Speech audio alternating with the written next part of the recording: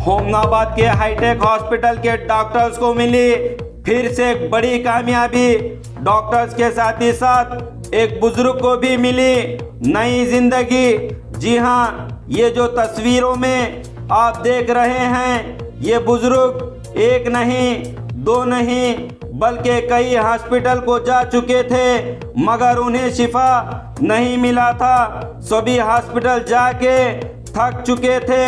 फिर उन्होंने होमनाबाद के हाईटेक हॉस्पिटल आए और फिर वहाँ के डॉक्टर मुस्तफा, डॉक्टर विशाल, डॉक्टर विश्वा ने वो कर दिखाया जो नामुमकिन था।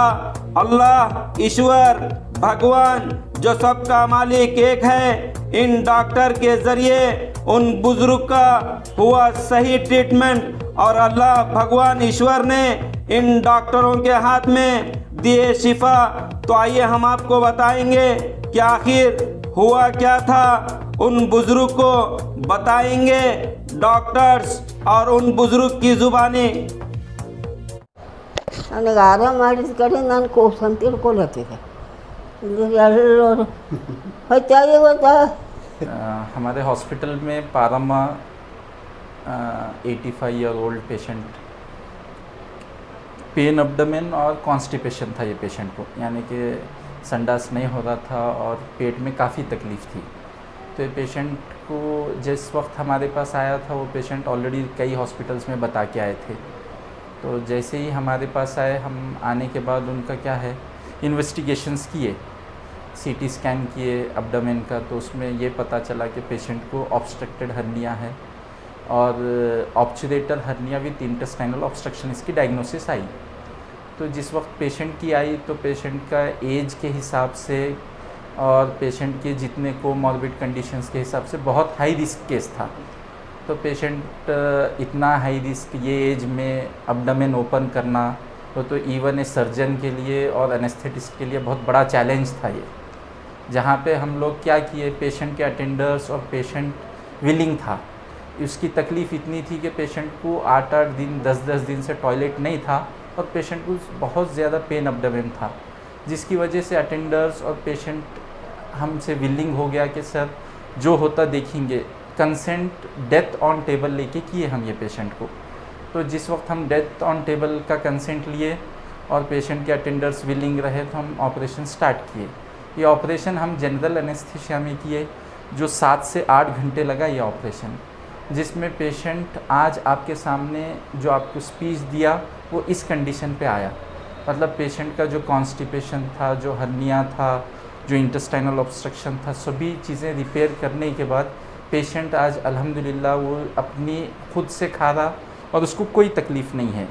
मतलब इतनी बड़ी सर्जरी, इतनी हाई रिस्क सर्जरी में पेशेंट आपको इस कंडीशन में वापस आया, वो इस हॉस्पिटल में एक सबसे बड़ा अचीवमेंट है। क्योंकि रिमोट प्लेस है, होमनाबाद जैसा प्लेस है जहाँ पे इतने हाई रिस्क सर्जरीज़ ले रहे, डेथ ऑन कंसेंट ले रहे हम टेबल पे। तो इतने बड़े अपने पास एनेस्थेटिस्ट है डॉक्टर विश्वा, डॉक्टर विशाल, जो इवन कोई भी कॉम्प्लिकेशंस इंट्रा ऑप होता है या पोस्ट ऑप होता है तो उन लोग मैनेज कर लेते हैं। तो उनका इतना बैक सपोर्ट रहने की वजह से आज हम यहाँ पे even 90 year old 100 year old की भी सर्जरीज़ कर ले पा रहे, जहाँ पे पेशेंट को बीपी रहता, शुगर रहता और दूसरे वगैरह चीज़ें रहते, जहाँ पे ISD रहता। मतलब इतने सारे हाई रिस्क उसके एसोसिएटेड रहते हुए भी हम पेशेंट को ऑपरेट कर सक रहे और पेशेंट को उसकी तकलीफ़ दूर कर सक रहे। तो इसमें हम जितना बोल रहे उससे ज़्यादा पेशेंट के ख़ुद के एक्सप्रेशन से ही मालूम पड़ जा रहा कि हाउ पेशेंट कितना सेटिस्फाइड है हमसे और कितना उनके अटेंडर सेटिस्फाइड है। इतना हाई रिस्क केस हम यहाँ पे ऑपरेट किए, तो इन सब चीज़ों में कहीं ना कहीं पेशेंट की उसकी अच्छे होने की एक ये है। बाकी हमारे डॉक्टर्स की जो टीम है वो पूरा कंटिन्यूसली मॉनिटरिंग किए। Doctor Deepak Pawar operating surgeon थे, वो भी आके इमीडिएटली जैसे ही पेशेंट की डायग्नोसिस हुई तो इमीडिएटली इमरजेंसी अब्डोमेन ओपन कर दिए हम लोग, और पेशेंट आज इस हालत में है कि पेशेंट को आज कोई तकलीफ़ नहीं है। तो पहले कहीं बताए थे? हाँ, ये पेशेंट गुलबर्गा, शोलापुर, उमरगा और हैदराबाद बताए थे, लेकिन पेशेंट को वहाँ पे सेटिस्फैक्शन इसलिए नहीं हो रहा था कि पेशेंट को डेथ ऑन टेबल का कंसेंट पूछ रहे थे और पेशेंट को थोड़ा इकोनॉमी वाइज भी थोड़ा इश्यूज थे, तो वहाँ पे कॉस्ट वाइज भी इशू थे और वहाँ पे ओटी में लेने के लिए कोई तैयार नहीं थे पेशेंट को, क्योंकि इतना कोमॉर्बिड कंडीशन है, ये एज है, कहाँ ऑपरेशन करा लेते हैं आप बोल के वहाँ थे। लेकिन हमारे पास जैसे ही आया पेशेंट तो हम लोग क्या किए, नहीं थोड़ा सा उसको कन्विंस किए, कैसा भी ऑपरेट तो करा लेंगे, बाकी देखेंगे क्या होता, तो उस हिसाब से पेशेंट हमारे पास ऑपरेट कर लिया। ಅಜ್ಜಿ ಮೊದಲು ಹೇಗಿತ್ತು ನಿಮಗೆ? ತಕಲಿಬಿತ್ತಿರಿ ಹಾಂ ಉಳಕನ್ನ ಹೋಯ್ತಿಲ್ಲ, ಹೊಂದಿದ್ದು ಈಗ ಹರು ಬರ್ತಿಲ್ಲ, ಹಾಳಿ ಬರ್ತಿಲ್ಲ, ಅದು ಹ್ಯಾಂಗೆ ಬಂದೋ ಹ್ಯಾಂಗೆ ಇಲ್ಲ ಅಂತ ದೇವ್ರ ಕಳ್ಸಣ್ಣೆ ಬಂದು ನನಗದು ಆರಾಮ ಎಲ್ಲರೂ ಬಂದು ಹೇಳಿದ್ರು, ನಾನು ಆರಾಮ ಮಾಡಿ ನಾನು ಈಗ ಕೈಕಾಲು ಕಡಿಯತ್ತ ಬಿಟ್ಟ ಟಂಕನೇ ನೋಡಿ. ಎಲ್ಲೆಲ್ಲಿ ತೋರಿಸಿರ ಅಜ್ಜಿ ನೀವೆಲ್ಲ? ಹಾಂ ಎಲ್ಲೆಲ್ಲಿ ತೋರಿಸಿರಿ? ಮದುವೆ ಹೋಗಿದ್ವಿ ತಿರುಪ ಬೀದರು ಹಾಂ ಊರಾಗ ಹಾಂ ಒಂದು ಬ್ಯಾನಿ ಸೇರ್ಕೊಂಡಿರ್ತೀವಿ, ಸಾಯಂಕಾಲಕ್ಕೆ ಇದೊಂದು ನೀವೆಲ್ಲರ್ಕೊಂಡು ಎಲ್ಲಿ ಬಿ ಆರಾಮಾಗಿಲ್ಲ, ಯಾವ ಹಾಸ್ಪಿಟಲ್ದಾಗ ಬಿ ಹಾಕ್ಬೇಕು ಬರ್ರಿ.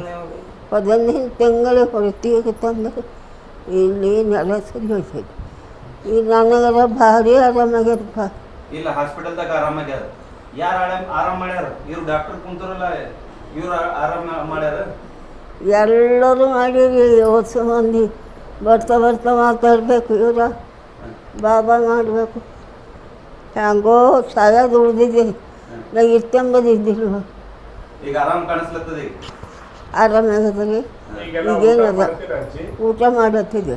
ಹಾಂ ಈಗ ಅಂದ್ರೆ ಬಿ 14 ದಿನದಾಗ ಹಾಂ 3 ದಿನ ಆಯ್ತು ಆಗಲತ್ತದೆ.